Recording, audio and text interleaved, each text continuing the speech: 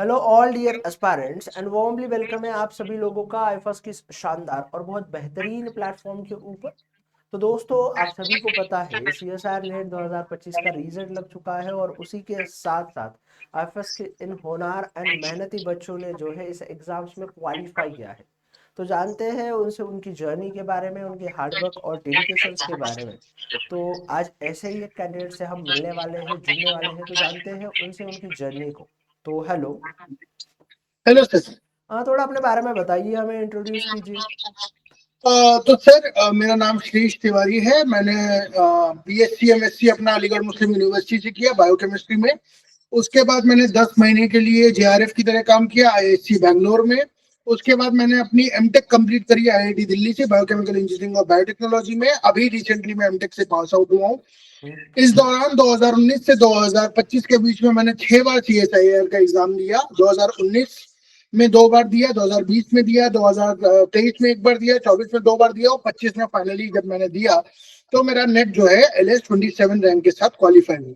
इस पूरी प्रिपरेशन के दौरान मैंने आईएफएस का जो है स्टडी मटेरियल वगैरह 2019 में ही जब मैंने पहली बार शुरुआत करी थी तभी ले लिया था। उसके बाद मैं आईएफएस के प्लेटफॉर्म से लगातार जुड़ा रहा। मैंने वहाँ की टेस्ट सीरीज वगैरह करी। इस बार क्योंकि मैं जॉब भी साथ में कर रहा था इसलिए मेरे पास ज्यादा टाइम नहीं था। तो जो यूट्यूब के जो मैराथन सीरीज आते हैं और जो एग्जाम मैपिंग सीरीज आते हैं मैंने उन्हीं को देख देख कर अपना नेट क्वालिफाई किया। क्योंकि मेरे पास पहले बेसिक एजुकेशन थी, बेसिक नॉलेज, मेरे फंडामेंटल्स क्लियर थे, तो मुझे बस हल्की सी प्रैक्टिस की जरूरत थी। मेरी इतनी बार जो नेट नहीं निकला उसमें भी एक आध नंबर से ही हमेशा रुकता था। इस बार लकीली वो क्वालिफाई हो गया है। तो मैं आईएफएस का और यहाँ के तमाम टीचर्स का बहुत बहुत शुक्रगुजार हूँ। और यहाँ का जो मटेरियल है वो one of the finest material है।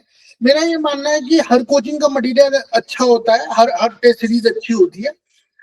लेकिन इंसान कैसे यूज करता है उस चीज को वो इंसान के ऊपर है। क्योंकि कोई भी टीचर गलत नहीं पढ़ाता, हर टीचर अपनी कोशिश से सब बढ़िया ही पढ़ाते हैं।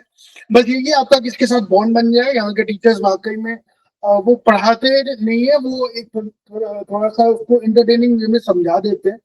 तो एक बहुत ज्यादा कॉन्फिडेंस बूस्ट अप हो जाता है। और लास्ट की जो एग्जाम मैपिंग सीरीज होती है वो काफी ज्यादा अच्छी होती है। तो मैं तो बस उसी के बारे में बात करूंगा। बस यही था, मेरा जितना भी जर्नी था वो यही था। ओके, चलिए बहुत बढ़िया। और पहले तो आपको कॉन्ग्रेचुलेट करूंगा पूरे आईएफएस फैमिली की तरफ से। जी सर। चलिए, अब मुझे ये बताइए कि ये जर्नी कहाँ से शुरुआत हुई, किस तरीके से मन में आया कि नहीं इन एग्जाम्स के लिए प्रिपेयर करना है, इन एग्जाम्स को पढ़ना है और बहुत ही शानदार रैंक से क्वालिफाई भी करना है। सर देखिए, जब हम बायोलॉजी चूज करते हैं 11th 12th क्लास में तो हमारे पास ज्यादा ऑप्शन अनफॉर्चुनेटली इंडिया में होते नहीं। हमारे पास या तो नीट का ऑप्शन होता है या नेट का ऑप्शन होता है, या उसके बारे में हमारे सीनियर्स ने एमयू में हमें पहले ही बता दिया था। इस दौरान जब से मैंने 2015 में मैंने अपना बीएससी ज्वाइन किया, 2018 में बीएससी कंप्लीट किया। बीएससी के कंप्लीट होते ही मेरे सीनियर्स ने बता दिया कि ये सबसे अच्छा टाइम है नेट के लिए पढ़ने का। इस दौरान मेरा 2020 में डीबीटी जेआरएफ क्वालिफाई हुआ, आईसीएमआर जेआरएफ क्वालिफाई हुआ। 2023 में फिर से डीबीटी और आईसीएमआर जेआरएफ क्वालिफाई हुआ। गेट 3 बार क्वालिफाई किया मैंने अपनी प्रिपरेशन के दौरान।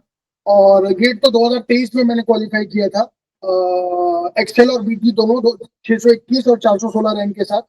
तो वही था कि सीएसआई की प्रिपरेशन जब आप करते हो तो आप चूंकि 13 के 13 यूनिट्स पढ़ रहे हो अलॉन्ग विद जनरल एप्टीट्यूड, तो आपका पूरा का पूरा बायोलॉजिकल का डोमेन आपका तैयार हो जाता है। तो क्योंकि मुझे असिस्टेंट प्रोफेसर के लिए बनना था, मुझे पीएचडी परस्यू करना था, तो मैंने ये किया। और उसके बाद तो यही है कि अब मेरे पास क्योंकि असिस्टेंट प्रोफेसर बनने के रास्ते थोड़े खुल गए हैं, तो ये मेरे लिए बहुत ही बड़े अचीवमेंट की बात है। क्योंकि मैं इतने सालों से ट्राई कर रहा था, तो ये एक अचीवमेंट की बात है। और मुझे पढ़ना पढ़ाना दोनों बहुत अच्छा लगता है। मेरा एक यूट्यूब चैनल भी है जिसमें मैं नीट के बच्चों को पढ़ाता हूँ। अभी बेसिक से ही स्टार्ट किया है मैंने। तो उसमें ये है कि मुझे साइंस के बारे में पढ़ना, साइंस के बारे में पढ़ाना वो बहुत अच्छा लगता है। इसलिए मैं जो है साइंस की फील्ड में आना चाहता हूँ।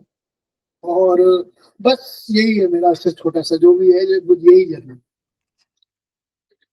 अब सीएसआईआर नेट का जो है हमें इतना वास्ट सिलेबस देखने को मिलता है।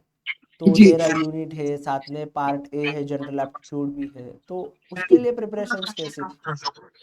सर देखिए, ऐसा है कि आज से अगर हम 4-5 साल पहले की बात करें तो लोग ये कहते थे कि 6-7 यूनिट पढ़ के हो जाता है आपका, और हो भी जाता था, इसमें कोई शक की बात भी नहीं है। क्योंकि पहले इतने रिसोर्सेज नहीं थे, पहले इतना कंपटीशन नहीं था, पहले यूट्यूब पे इतना फ्री मटेरियल अवेलेबल नहीं था। पर आजकल ऐसा नहीं है। आजकल ये है कि आपको कम से कम, अगर आपको सीएसआईआर में अच्छी रैंक लानी है तो आपको कम से कम 10 यूनिट्स तैयार करनी पड़ेंगी अलॉन्ग विद आपका ये जो भी है एप्टीट्यूड। क्योंकि आपके पास सवाल बहुत होते हैं, पर एग्जाम टाइम में जो प्रेशर हैंडलिंग होता है, स्पेशली हम इंडियन एग्जाम्स की अगर बात करें तो कभी पेपर लीक हो जाता है, कभी कुछ हो जाता है, कभी कुछ हो जाता है, तो वो भी एक अनसर्टेनिटी हमेशा रहती है। 13 में से अगर आप अपनी कोई 10 या 11 यूनिट्स अच्छे से तैयार कर ले तो मुझे नहीं लगता कि आपका कोई सिलेक्शन रुकेगा। बट हाँ, अब ये है कि बायोकेमिस्ट्री की तो पूरी पूरी लेक्चर भी है, शायद भी है, अब आप पूरी किताब पढ़ने थोड़ी ना बैठेंगे। कुछ सिलेक्टेड टॉपिक्स जो इंपॉर्टेंट टॉपिक्स हैं, जो हाई वेटेज टॉपिक्स हैं, मैं मैं खुद बता रहा हूँ, मैंने लेनिंजर पढ़ी है, स्ट्रायर पढ़ी है, क्यूबे पढ़ी है, लॉडिस पढ़ी है, ब्रूस एल्बर्ट्स पढ़ी है। इन किताबों को पढ़ने के बाद मैं बता रहा हूँ, स्टैंडर्ड बुक से अच्छा कुछ नहीं हो सकता। बट आपके कंसाइज नोट्स हमेशा प्रिपेयर होने चाहिए। और मुझे सबसे अच्छी बात आईएफएस प्लेटफॉर्म की यही लगती है कि वो जब अपनी स्लाइड्स बनाते हैं वो बुक का रेफरेंस भी देते हैं कि हमने ब्रूस एल्बर्ट से उठाया है, ये हमने जो है ये गिलबर्ट से उठाया है, ये हमने जो है टीए ब्राउन से उठाया है, ये हमने जो है लेनिंजर से उठाया है। तो वो एक आपको एक कॉन्फिडेंस मिलता है कि वो अपने मन से बना के कुछ नहीं पढ़ा रहे हैं, वो वही पढ़ा रहे हैं जो स्टैंडर्ड बुक्स में लिखा हुआ है। और जब आप पढ़ने बैठोगे तो आपको वो चीजें कभी कभार कॉम्प्लिकेटेड लग सकती हैं। हर इंसान का अपने आप पढ़ने का समझने का तरीका होता है। कुछ लोगों को वो कॉम्प्लिकेटेड लग सकती है, तो टीचर्स जैसे कि प्रियांशु सर हो गए, जैसे कि विशाल सर हो गए, जैसे केसी सर हो गए, और भी बहुत सारे टीचर्स, वो जो है उसको बड़ा सिंप्लीफाई कर देते हैं। तो एक बार आप उनसे पढ़ लो, उसके बाद एक बार किताब से पढ़ लो और सवाल प्रैक्टिस कर लो, तो मेरे ख्याल से फिर हो जाता। बहुत बढ़िया और शानदार। ठीक है, अब मुझे ये बताइए कि जो फ्यूचर एस्पिरेंट्स है, आगे आने वाले बच्चे हैं, तो उनके लिए जी क्या सलाह है, क्या सजेशन देना चाहोगे? देखिए सर, सबसे पहली सलाह तो ये है कि कंसिस्टेंसी बहुत इंपॉर्टेंट है। अगर आप जो है डेली 3 या 4 घंटे भी निकाल पा रहे हैं, 3 घंटे भी निकाल पा रहे हैं, तो वो बहुत बड़ी बात है। इंस्टेड ऑफ के आप हफ्ते में एक दिन 6 घंटे पढ़े, एक दिन 6 घंटे पढ़ने में और रोज 2.5 से 3 घंटे पढ़ने में बहुत फर्क है। अपनी यूनिट्स को प्रायोरिटाइज कर लें। मैं अगर 6 अटेम्प्ट फेल होने के बाद 7वें अटेम्प्ट में बैठ सकता हूँ और कर सकता हूँ, तो अभी तो आप लोगों का पहला या दूसरा अटेम्प्ट ही होगा। निराश होने की जरूरत नहीं है।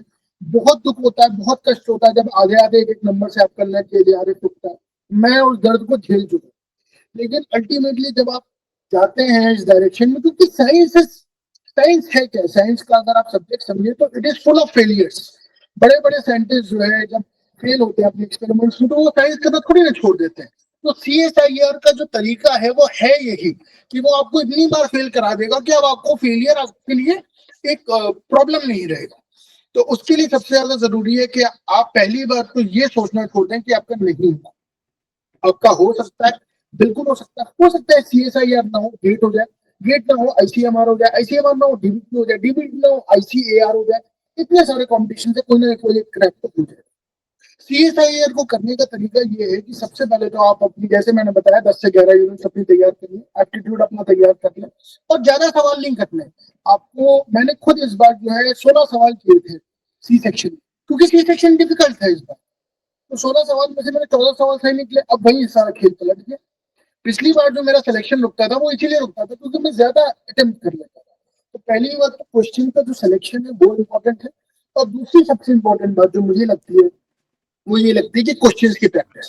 अगर आप वीकली मॉक टेस्ट दे रहे हैं, अगर आप वीकली जो है मॉक टेस्ट दे रहे हैं और वीकली अपने मॉक टेस्ट का एनालिसिस कर रहे हैं, आजकल तो इतने अच्छे अच्छे मॉक टेस्ट हैं, वो भी बड़े सस्ते सस्ते हैं। आपका एक टाइम के मील से सस्ते आपके मॉक टेस्ट हैं। आप एक टाइम का जितना खाना खाएंगे उससे कम आप मॉक टेस्ट दे देंगे। तो आप मॉक टेस्ट दीजिए, मॉक टेस्ट के मार्क्स से निराश मत होइए। मॉक टेस्ट केवल आपकी तैयारी के लिए है ताकि आप वहां गलतियां न करें।